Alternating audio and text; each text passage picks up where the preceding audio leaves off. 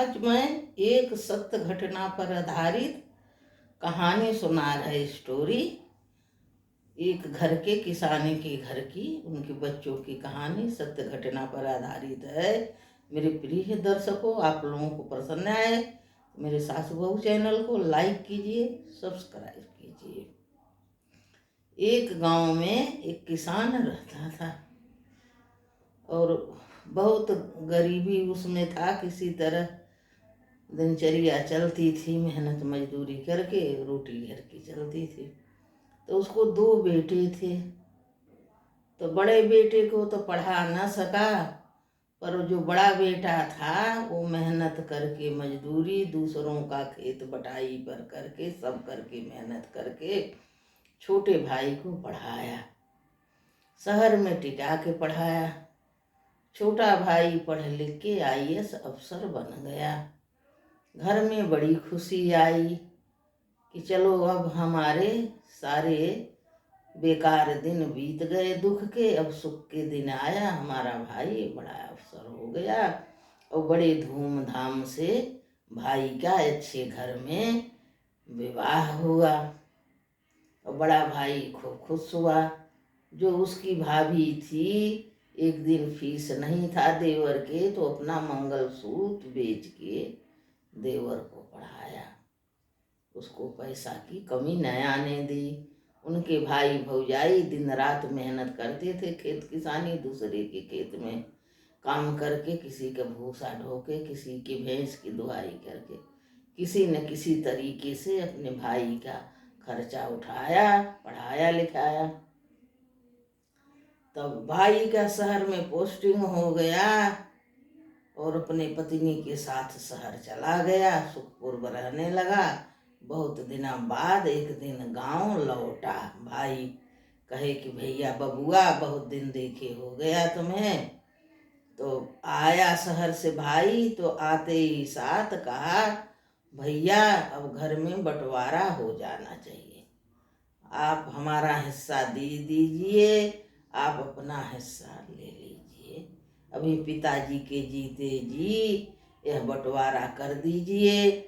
हम तो शहर में हैं, हमें क्या मालूम है कि घर में क्या क्या है, और तुम दोनों जने पति पत्नी भाई भौजाई खूब मौज उड़ा रहे हो और पिताजी से सारा हक अपने हिस्से में करा लोगे। हमें हमारी पत्नी को क्या मिला? हमारे पत्नी के नाम क्या है? खेत है, मकान है, जमीन है, जो पिताजी की माल मिल्कियत थी, माँ का गहना गुड़िया था, वो सब हम लोग क्या जाने क्या क्या है। हमारी पत्नी को क्या मिला? हमारी पत्नी को तो यहाँ गाँव में कोई जानता भी नहीं है, आप हमारा हिस्सा बांट दो। तो बड़ा भाई यह सुन के बड़े सन्नाटे में आ गया, बड़ा चिंता हुई कि समझाने लगा कि भैया ऐसी बात क्यों कह रहे हो, यह प्रेम का दिया कैसे बुझाओगे? कहानी का नाम है प्रेम का दीपक। तो यह दिया कैसे बुझाओगे भैया? यह जब बंटवारा की बात सुन के माँ तो मर ही जाएगी, जिंदा नहीं रहेगी, खाट पे डली है। जो हम लोगों के लिए इतना परिश्रम की हमारी माँ, जो सपना देखी, चलो जो हमारे पति नहीं कर पाए हैं, हमारे दोनों बेटे अपने परिश्रम से वह सपना पूरा करेंगे, हमारे घर का नाम रोशन करेंगे और हमारा सब कष्ट चला जाएगा, हमारा सुख हमारे बेटे ही हैं। तो यह माँ आस लगा के हम लोगों को जो पाला था और यहाँ तक पहुँचाया था, वो हमारी माँ बंटवारा की बात सुन के मर जाएगी, प्राण छोड़ देगी, वह जिंदा नहीं रहेगी। भैया ऐसी बात तुम्हारे मन में कहाँ से आई?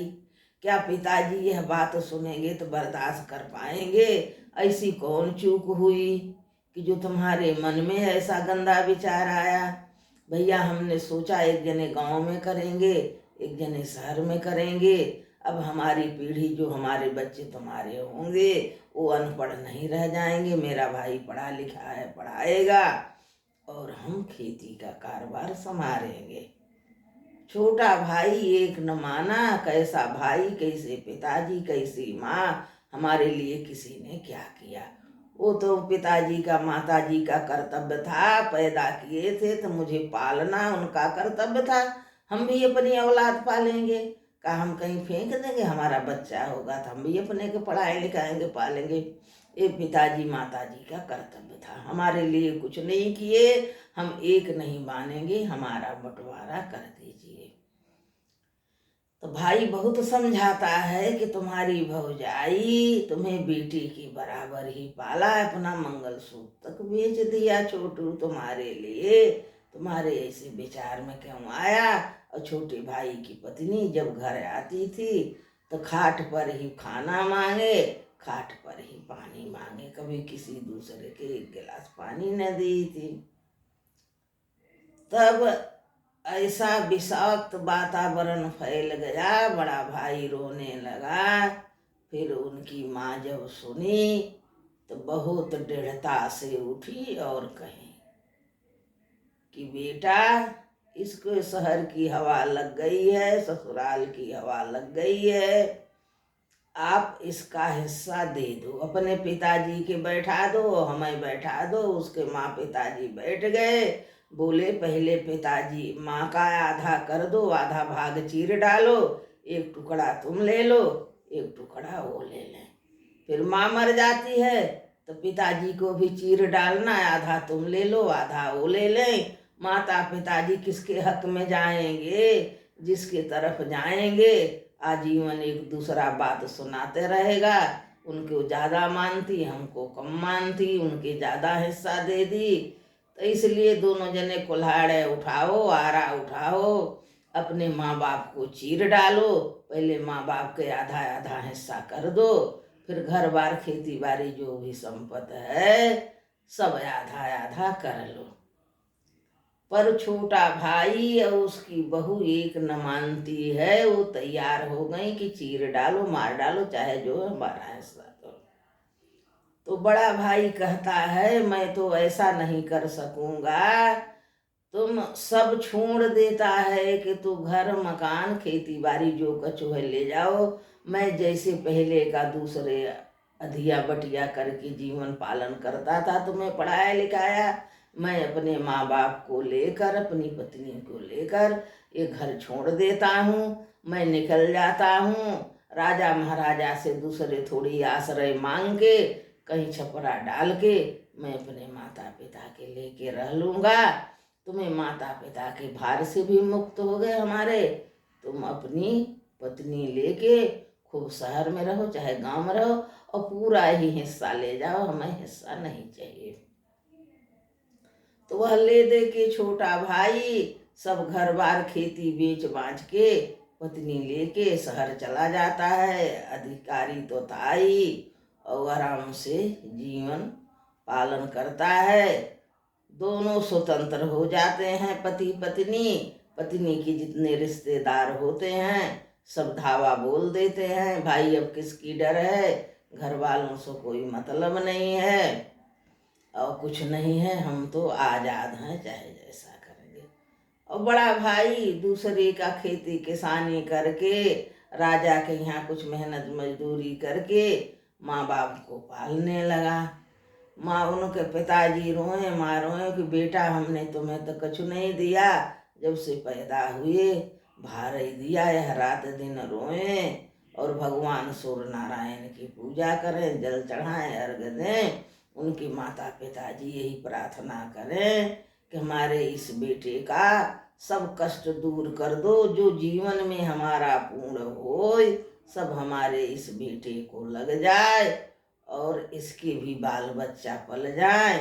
हमें तो इसी का सहारा है। जिस बेटा को समझा था राम वह निकल गया कंस, तब अब हम क्या करें, कहाँ गुजारा करें, हमें मौत भी नहीं आती। हे भगवान, हमें मौत दे देते तो दो जने का भार भी कम हो जाता इसके सिर से। किसी तरह से माता पिता रात दिन जो है कष्ट झेलते थे, वो भगवान को मनाते थे। तो एक दिन वह बड़ा भाई दूसरे की खेत में हल चला रहा था, एक जगह हल जाके रुक गया। भगवान की ऐसी कृपा हुई, किसी का हड़ा गड़ा हुआ था उस खेत में, हल रुक गया, वह हड़ा उसको मिल गया, वह घर ले आता है। और ईमानदारी से राजा को समर्पित कर देता है कि राजा यह आपके खेत में, यह मुझे मिला है मेरे घर।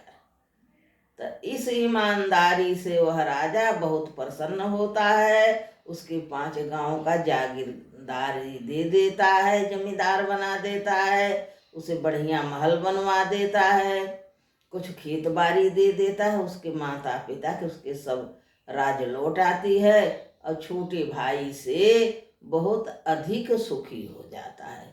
छोटा भाई की आदत खराब हो गई थी, धन कमाते कमाते, बेईमानी कमाते कमाते, और सिर पर इतना भार बढ़ा था उसकी पत्नी का, रात दिन माँ अंग बढ़ी ही रहती थी। आज महल चाहिए, आज कार चाहिए, आज ये फलानी गहना चाहिए, आज रानी हार चाहिए, आज सोने की करधन चाहिए, आज हीरा चाहिए। इनमें वो चोरी करते करते सस्पेंड हो गए, अब भूखे मरने लगे। अब घर का कुल बेच खा के तो गए थे, अब कौन मुंह लेके आवे। पर फिर भी जब बड़ा भाई सुना कि हमारा भाई कष्ट में है और दाने दाने के लिए मोहताज है, तो गया और ले आया कि भैया तुमने मेरे साथ जैसे किया कोई बात नहीं, पर तुम्हें हम अपनी औलाद की तरह पाला था, तो हम तुम्हें भूखे मरते नहीं देख सकता है। तो उनको भी आश्रय दिया। तो इस कहानी से हमें क्या सीख मिलती है? परिवार की एकता कुछ और बात होती है, और जब फूट पड़ने पर कुछ और बात होती है।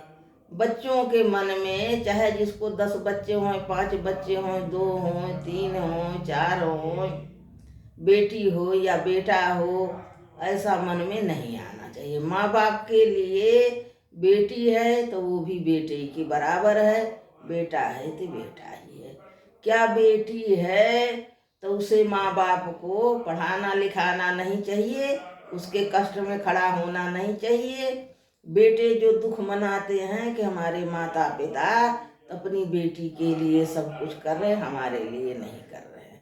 मैं उन बेटों से यह पूछना चाहती हूँ कि तुम भी एक माँ बाप हो, क्या तुम्हारी बेटी हुई है तो क्या उसका गला दाब दोगे? वह बेटी जीने खाने की, पढ़ने लिखने की, अपने शान शौकत की हकदार नहीं है? वो माता पिता कैसे हैं जो अपनी बेटी को बोझ मानते हैं? उनको जीना धिक्कार है, वो डूब मरे। किसी के दबाव में जो ऐसा आके ऐसा करते हैं कि बेटी को नहीं पढ़ाएं लिखाएंगे, बेटी को अच्छा भोजन नहीं देंगे, बेटी को अच्छा वस्त्र नहीं देंगे, सब बेटे को ही पालेंगे, बेटों को पढ़ाएं लिखाएं, अच्छा खिलाएं, गाड़ी घोड़ा दें, और बेटी को कुछ नहीं दें। तो हम कहते हैं ऐसे माँ बाप को डूब मर जाना चाहिए जिनने अपनी बेटी को भार मानते हों। इस युग में बेटी और बेटा में हम तो कोई फर्क नहीं जान सकते हैं। अब जिनको बेटी हो उनको तो यह दर्द समझना चाहिए कि आज हमारी बेटी के साथ यह ऐसा कष्ट हो तो क्या होगा।